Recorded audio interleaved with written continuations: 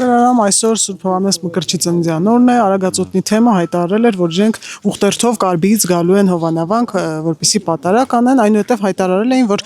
իրենց տեղեկություններով այստեղ սադրիչներ են լինելու, ինչ որ սադրիչ բնույթի գործողություններ են լինելու, որպեսզի բախում չլինի, իրենք հետ են կանգնել այդ ուխտերթի գալու մտադրությունից։ Խնդրեմ ձեր մեկնաբանությունը։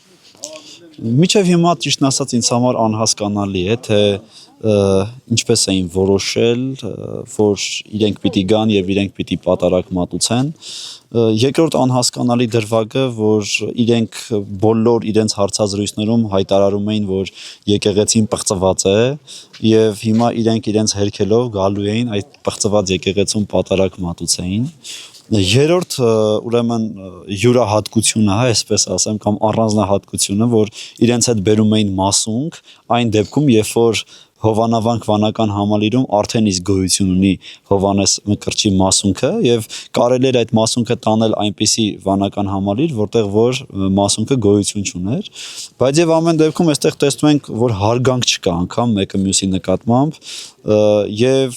առանց մեզ տեղեկացնելու, որ ուզում են այստեղ պատարակ մատուցել, իրենց հայտարարություն էին արել, որ պիտի գան այստեղ պատարակեն եւ լավ իմանալով թե այստեղ ինչ իրավիճակ է, ինչ կարգավիճակ է, որ մենք չենք պատրաստվելու թողնել, որ վանական համալիրում իրենց կամայականությունները կատարեն եւ այս կերպ իրենք նաեւ փորձեր էին անելու բախումներ հրահրել հավատացյալների եւ հավատացյալների միջև այս օրերին ամենաշատը որ ես անհանգստանում եմ հավատացյալների համար է, որովհետեւ այս կերպ այս գործողություններով իրենք փորձում են եկեղեցին պառակտել եւ խորհուրդ եմ տալիս, որ հետ այսու հավատացյալների հոգեվոր կյանքի հետ ուղղակի այսպես խաղ չխաղան, այն իմաստով, որ պետք է այստեղ բախումներ լիներ իրենց գալու պարագային, որովհետև մարդիկ չէին ուզում, որ պատարակիչ քահանան իրենց կողմից առաջարկվածը լիներ, այլ ուզում էին, որ ես պատարակը մատուցեի եւ այս պարագային իրենք հենց հայտարարություն տարածեցին, որ մենք այստեղ սադրանքներ ենք կազմակերպում, իհարկե նման բան գոյություն չունի, ես ուզում եմ արդարացնելով իրենց չգալը, արդարացնելով իրենց չգալը, ասում են, որ սադրանքներ է լինելու, բայց մեր հավատացյալներից ոչ ոք չէր պատրաստվում, սադրանքներ անել, իրենց գալը արդեն իսկ սադրանք էր եւ վերջում էլ համացանցով նմանատիպ նյութեր հրապարակելն եմ սադրանք համարում մի տեսակ այսպես ասեմ սև շղարշ քաշելով են հավատացյալների հոգեվոր կյանքի վրա, ովքեր այսքան տարիներ աղոթական կյանքով են այստեղ ապրել եւ չեն պատրաստվում որևէ մեկ եկեղեցի եկածողի ոչ սադրել, ոչ հարվածել, ոչ էլ վատ խոսք ասել, բայց ամենակարևորը ինձ համար գիտեք ինչն է եւ ցավալին կուզեմ ասել, որ մեր եկեղեցու սրբությունները նմանատիպ իրավիճակների համար ժամանակի կաթողիկոսը օգտագործում է իր ուզածներին հասնելու համար։ Եթե սրբություն էիր հանում Մայրաթոր Սուրբ Էջմիածնից եւ հավատացյալների տուղտավորներից հայտարարել էիր, ապա ինչու չեկար։ Այդ պարագային երևի թե չպետք է հայտարարեիր, բայց քանի որ հնարավորությունը կա արտահայտվելու, ես ուզում եմ տեղեկացնել նրանց, որ հաջորդ անգամ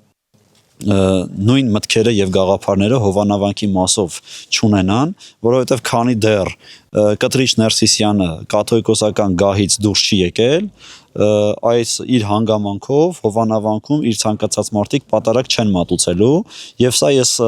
ասում եմ ողջ պատասխանատվությամբ, որ այլևս նմանատիպ փորձեր չանեն, որովհետեւ այս կերպ իրենք բախումների են տանելու։ Հավանաբար, եթե նման որոշում կայացնի, ուրեմն իր ցանկությունն այն է, որ արոնահեղություն լինի, իր ցանկությունն այն է, որ հայ ժողովուրդը հայի դեմ կռվի դուրս գա։ Միակ տարբերակը եւ լուծումը այն է, որ ինքը ճիշտ որոշում կայացնի եւ այն գահը, որը որ բռնի կերպով զբաղեցրել է, ուղղակի լքի ու ազատի։ Կարող ենք ասել, որ այսօրվա պատարակի բնակիչների մասնակցությունը հենց հովանավանցիների վառ արձագանքներ եւ պատասխաններ նրան, ինչ որ իրենք փորձում են այստեղ անել։ Իհարկե, ոչ միայն Հովանավանքի, այլ ամբողջ շաբաթվա ընթացքին կամ այս ամիսներին մարդիկ գալիս են մեծ խմբերով իրենց ընտանիքներով եւ ուղղակի խնդրում են, որ այս ամենը շուտ ավարտվի, որ իրենք նոր ազգընտիր կաթողիկոս ունենան, որովհետեւ բոլորն էլ հասկանում են, որ 26 տարիների ընթացքում ժողովրդից իրենց հոգեվոր հացը խլվել է եւ մեր ժողովրդի շատ զավակներ Կտրիչ Ներսիսյանի եւ այսպես ասեմ Գարեգին երկրորդի ոմանց համար ուրեմն կողմից նրա վատ կառավարման հետևանքով գնացել են եւ հարել են այլ բողոքական եկեղեցիների, այդ մարդիկ ուղղակի հոգեվոր քաղց ու ծարավ ունենալու պատճառով է, որ ուզեցել են այդ քաղցը բավարարել, գնացել են եւ Աստծո խոսքը այլ եկեղեցիներում են լսել եւ ամենամեծ, այսպես ասեմ, ապացույցը, որ ինքը գործ չի արել, չի աշխատել, իր հոգեվոր իր ժողովրդի հոգեվոր կյանքը իրեն չի հետաքրքրել, նայեք հենց աղանդների քանակը։ Աղանդների քանակը ցուցիչ է այն բանի, որ այս մարդը թողել է հոգեվոր կյանքը, թողել է իր եկեղեցին եւ այս ամբողջ ընթացքում զբաղվել է կամ քաղաքականությամբ կամ զբաղվել է բիզնեսով։ Բարենորոգման խորհրդին միացան 2 տասնյակից ավելի քահանաներ, դրանից անմիջապես հետո Կտրիշ Ներսիսյանը համենայն դեպս չենք տեսնում, որ հետ քայլանի, դեռ մի բան էլ կարծեք թե մարտահրավեր է նետում եւ պաշտոնից ազատեց Մասյացոտնի թեմի առաջնորդ Գևորգ Սերբազյանին։ Այս ինչպես կմեք։ Դե տեղյակ եմ, նաև վեհարանից լուրեր են գալիս, որ ինքը ցայտնոտի մեջ է, ցնցումների մեջ է եւ լավ հասկանում է, գիտակցում ու պատկերացնում է, որ եթե ինքը չհարցակվի, միգուցե այն միտքն ու գաղափարն է կարդացել, որ լավագույն պաշտպանությունը հարձակումն է, բայց շտապում եմ իրեն տեղեկացնել, որ այս քաղաքականությունը կամ մարտավարությունը իրեն չի օգնելու, ուշ թե շուտ ինքը պետք է գնա, պիտի գնա եւ դա իրեն ժողովուրդն է ստիպելու եւ խելացի կլինի այս օրերին, որ ինքը այդ որոշումը կայացնի ժողովրդին ցնցումների չտանելով, որոշի, որ գոնե ժողովրդին այս լավությունը պիտի անի։ Ամենալավ նվերը այս 2026 թվականին, որ ինքը կարող է հայ ժողովրդին անել, ուղղակի գահը թողնելը կլինի։ Հավանիչ տեսանյութը եւ բաժանորդագրվիչ նորությունները բաց չթողնելու համար